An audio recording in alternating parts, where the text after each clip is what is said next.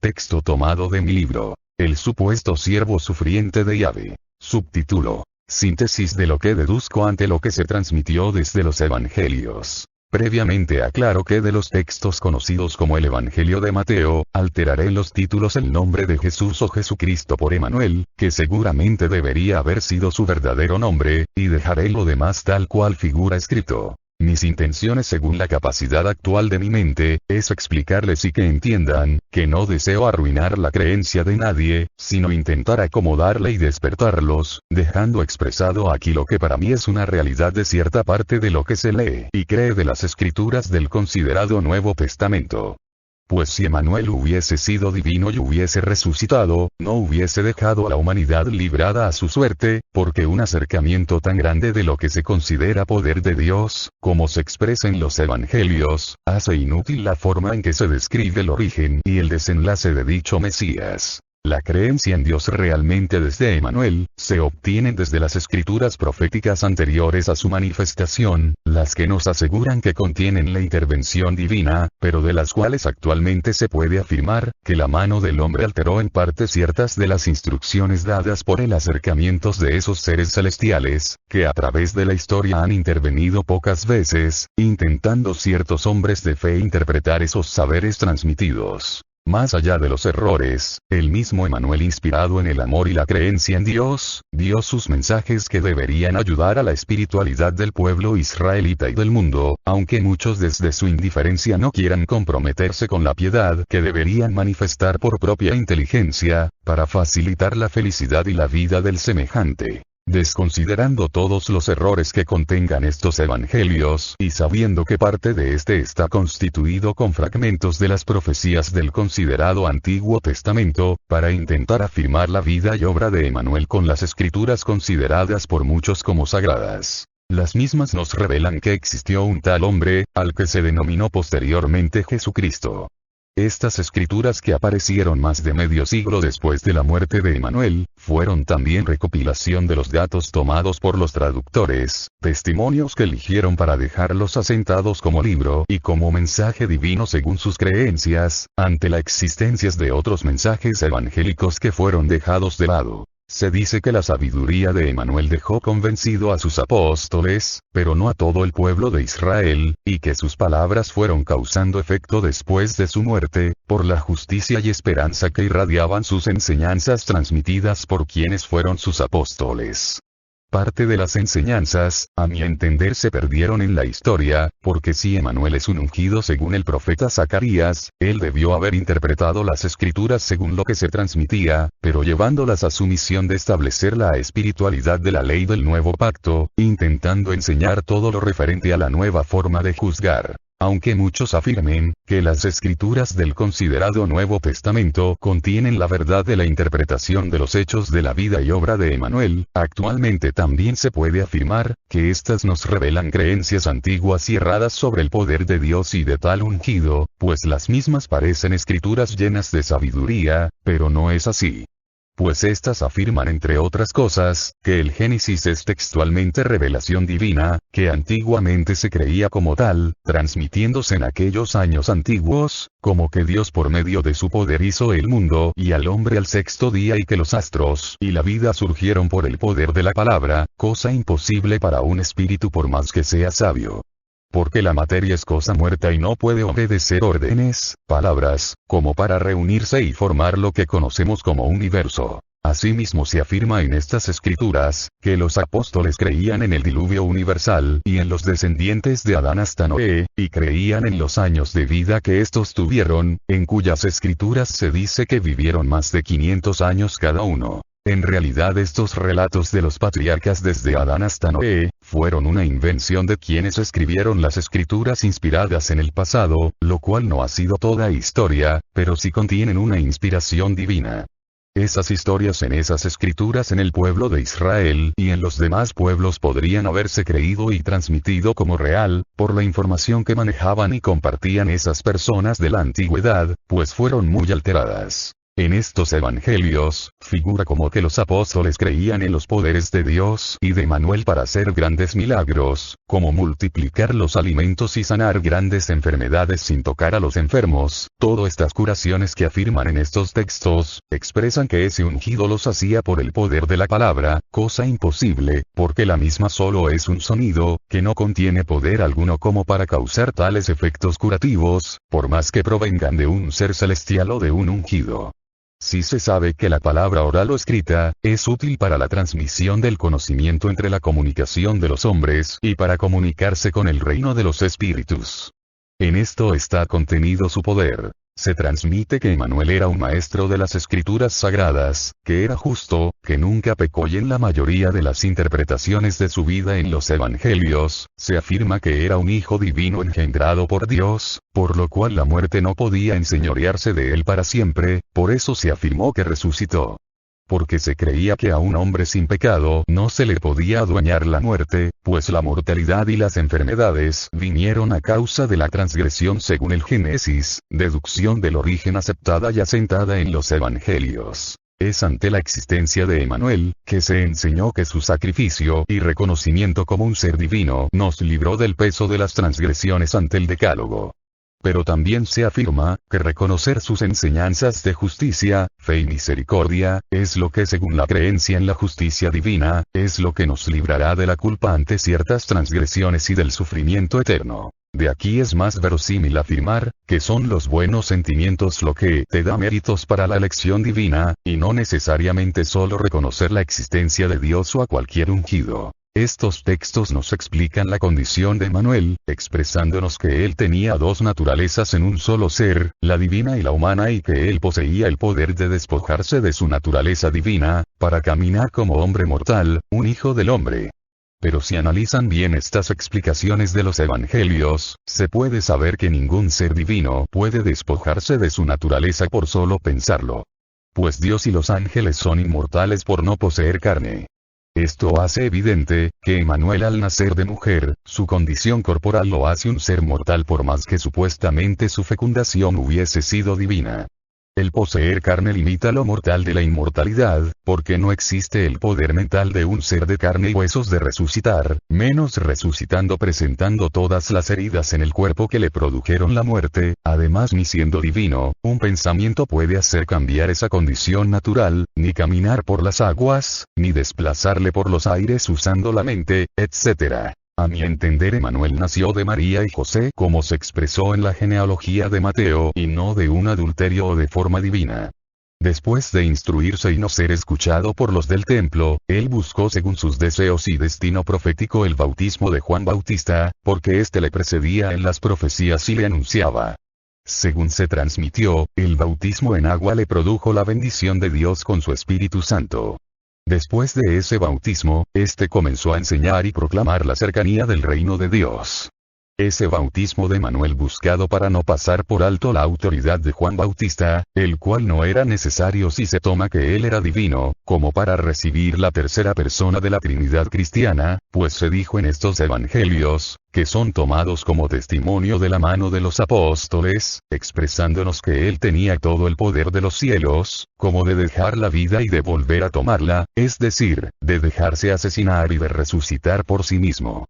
Lamentablemente puedo decir que esto es una creencia muy arraigada en las personas que no conocen las limitaciones de Dios, pues lo ven como todopoderoso, el cual verdaderamente si lo fuere, por su amor en la actualidad ante un gran número de fieles y sufrientes haría tales grandes milagros asombrosos, un gran error creído, pues para él es imposible sanar de palabra y el poder divino no es una irradiación de energía curativa que actúa desde lejos, sí algo inexplicable que poseen los espíritus al tocarnos. Por eso quizás no es tan imposible de creer, que ángeles piadosos que viven y deben bajar para estar entre nosotros, puedan curar algunas enfermedades. Pues estos ángeles que tocan a las personas, tal vez a algunas las han sanado y por eso a veces la sanación es lenta, y no como se describe en los evangelios, que se sanaban rápidamente por medio de la palabra de poder y a través de los dones dados por el Espíritu Santo, el cual como tercera persona es otro invento. Si él mismo existiere como un ser, no podría ser dado a nadie, porque como todo espíritu tiene materia y forma definida, sería indivisible su existencia y de manera inmaterial no existiría. Si dicen que es una energía, no poseería conciencia para otorgar sabiduría, por lo tanto como un ser o energía es imposible que exista. Otra prueba de la inexistencia de tal espíritu, es que se afirma que él mismo es dado a todo aquel que cree en Emmanuel, haciendo innecesario el supuesto obrar de un apóstol para curarse de alguna enfermedad o para que sean instruidos, es decir, que toda persona que pidiere con fe ser sanado o buscase resucitar a otro ante el gran amor de Dios y Emmanuel por sus fieles, estos deberían ser sanados o vueltos a la vida tan solo al suplicar por otro, pero nada de eso ocurre. Esa es una afirmación más de los que se engañan en el conocimiento racional de la realidad de los dos reinos, que por no contradecir las escrituras y por falta de discernimiento, afirman todo ciegamente perjudicando la sabiduría que están en las escrituras realizadas por hombres, las cuales contienen algo de lo celestial. Se dijo que Emmanuel se consideraba el Hijo del Hombre, pero también se escribió que él hablaba en tercera persona como refiriéndose a otra que debían esperar, pues nunca dijo: yo volveré, sino cuando venga el Hijo del Hombre. Aparentemente se puede interpretar en ciertas partes de los evangelios, que Emmanuel cuando hablaba del Hijo del Hombre se inspiraba en las profecías de Zacarías de los 2 olivos, pues unas palabras que me parecen reales como salida de su propia boca camino a su crucifixión, se escribió que él dijo: si así trataron al árbol verde, ¿qué no harán con el seco? Emmanuel se consideraba un Mesías judío, pero se lee que él también hablaba del Hijo del Hombre como de otra persona, donde los cristianos interpretaron por la falta del cumplimiento mesiánico de la gloria de Israel y la del mundo, que él volverá para cumplir lo que resta de las profecías. Si volviere de sorpresa, el resto de Israel dispersado en las naciones que no cree en él, que se dijo que volvería a su tierra, no tendría el llamado a reunirse. Asimismo estos evangelios que confundieron a millones, expresan palabras que supuestamente dijo Emmanuel, refiriéndose a que cuando venga el Hijo del Hombre, Dios le ordenará que haga reunir a los justos ante los injustos, que serán situados unos a la derecha y otros a su izquierda, para que se aparten y sean redimidos unos de entre otros. A todos los que se vistan de traje de fiesta, es decir, que acepten el anuncio según el nuevo pacto, se los recibirá y todos los que no acepten el llamado, se los rechazará. Las profecías del Antiguo Testamento anuncian también una congregación de todas las naciones y un llamado al día de Dios por medio del siervo de Ib. Confundiéndose los cristianos con el supuesto regreso de Jesucristo, Emmanuel, como un Dios, creencias de la antigüedad, con la que actualmente algunos dicen, que muchos serán inmortalizados, arrebatados al cielo, resucitados y supuestamente todos los santos y justos serán sanados de sus enfermedades y transfigurados, porque Jesucristo reinará eternamente después de castigar a sus adversarios. De esta creencia surgen otras contradicciones con el nombrado como Antiguo Testamento y con ciertas palabras del mismo libro del Apocalipsis, pues si este Mesías que fue crucificado volviere desde el cielo, a efectuar el juicio divino, sería para establecer el juicio final, no da lugar a otro juicio, contradiciendo toda la enseñanza de Israel de la redención y la espera del fin de las cosas, que aparecen en esas escrituras anteriores a los evangelios, que expresan, primero paz mundial, y del final, que el sol y la tierra se estremecerán, que el fin de toda vida orgánica es desastrosa, y en ese final, las almas de los que no ascendieron todavía a la presencia de los que habitan el cielo, ante ese fin subirán. Pues en las promesas proféticas del considerado Antiguo Testamento, del profeta Isaías se dice que él expresó que habría una alianza con el mundo y la paz se establecería en toda la tierra, pero que el mundo llegue a dejar de pecar, es una ilusión transmitida, porque claramente escribió ese profeta, que la salvación será por una alianza con muchos pueblos, para gloria de los justos que tendrán el mando espiritual desde Jerusalén. Tales profecías afirman que Emmanuel no resucitó, por lo tanto no volverá y los que desean resucitar y vivir en cuerpo eternamente, es para estos una falsa esperanza. Además como Dios habita el cielo, y se dijo que ningún ojo de carne podrá verlo, por lo tanto resucitar les haría imposible que el hombre santo o justo vea su rostro algún día, aparte que tal suceso es imposible. Puedo decir que en los evangelios se transmitió que Emmanuel trataba de mentirosos a los guías del pueblo en su tiempo, pero en realidad estos estaban confundidos, pues ellos no podían aceptar que les contradijeran parte de las leyes de Moisés de la Torá derivadas del Decálogo, leyes que Emmanuel anuló porque pasó a ser contradictorio ante el nuevo pacto, ante las formas de juzgar por el mandamiento no asesinarás, porque hacían juez a cualquiera contra su prójimo. Con esas nuevas enseñanzas que él transmitió, Dios expuso al peligro y a la muerte a Emmanuel. Es ante la realidad de esas escrituras, que como hebreos descendientes de Abraham, el cual adulteró, porque fornicó con 2 mujeres, Sara su esposa y Agar su sierva, es decir, que cuando se aplicó la lapidación de las mujeres adúlteras, Dios a través de Moisés no tuvo en cuenta este origen de los israelitas, ni cómo surgieron los descendientes de los primeros humanos.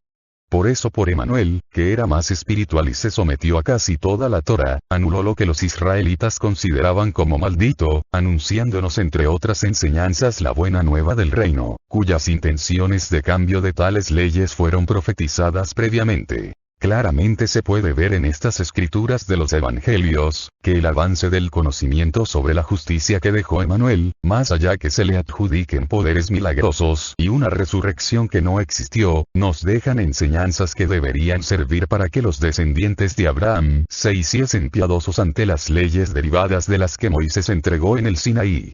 Esto me hace interpretar que si Mahoma es parte de las promesas hechas a Abraham, este no debería haberse apartado de las enseñanzas de Emmanuel, es decir, que quizás en el Corán, no todo es palabra de ese ungido descendiente de Ismael. Con estos juicios del pasado y de las creencias actuales que Dios permitió, se puede comprobar las limitaciones de este ser ante los hombres y ante los seres celestiales, porque él quizás tiene una visión sobre la vida que no puede alterar y como el hombre y los ángeles tienen libre albedrío, no puede, ni quiere alterarlo, si solo por la transmisión de la piedad que les fue inspirada a ciertos hombres, enseñanzas que están asentadas por esas pocas personas más inspiradas en ese Dios, cuyo conocimiento ha sido usado por algunos con algo de iluminación para intentar transformar este mundo, haciéndose evidente que la espiritualidad de Emmanuel, aceptando la creencia del principal ser celestial, es la que se necesita para la convivencia pacífica por amor al prójimo, por ser la más excelente.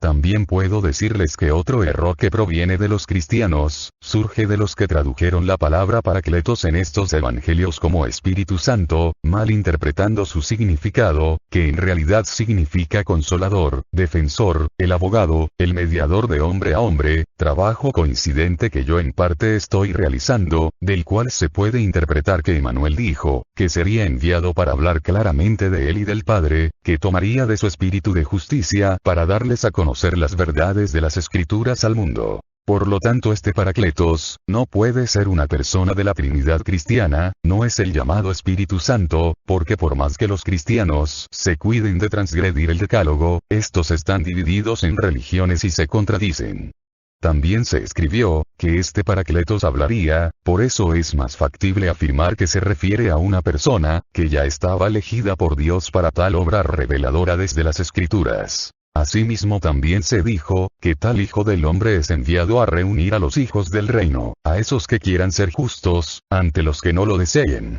Demostrándonos Dios según las Escrituras, que pocos han sido los dignos de ser ungidos y portavoz de sus palabras y siendo algunos de estos, a quienes no se les tomó en cuenta sus transgresiones. El Evangelio de Mateo expresa, que Emmanuel nos dijo en la parábola del trigo y la cizaña, en la de la perla de gran precio y la del tesoro escondido, que todo se cumplirá por obra de hombres. Otra afirmación que Emmanuel no volverá, se comprueba al leer cuando él afirmó lo siguiente desde las Escrituras, cuando citó, «Yo soy el Dios de Abraham, el Dios de Isaac y el Dios de Jacob».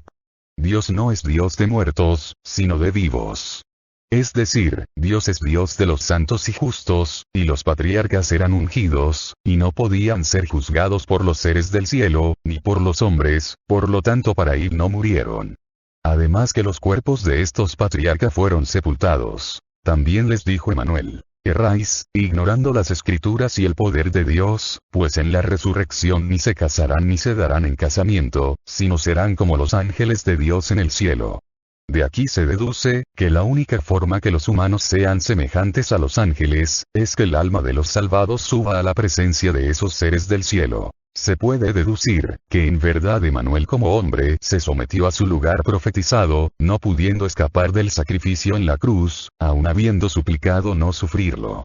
Pues ese era su destino de gloria, al cual se sometió por su fe y por pedido celestial. Otra realidad de estos evangelios, es que Emanuel se lo describe como que en un momento fue embellecido por el poder divino, contrario a los sufrimientos del siervo de Ib, que sería desfigurado y desconsiderado de entre los hombres. Nos intentó dar a entender, que en todo aquel que se le encuentre maldad consciente y un desafío contra los planes divinos, el juicio es severo. Más allá de la negación de su persona por ciertos israelitas y de los errores de creencia, es Emanuel según mi parecer, una de las máximas personas piadosas que han existido, el cual nos intentó explicar los justos juicios desde el camino del bien, desde las enseñanzas afirmadas como surgidas por deseos divinos.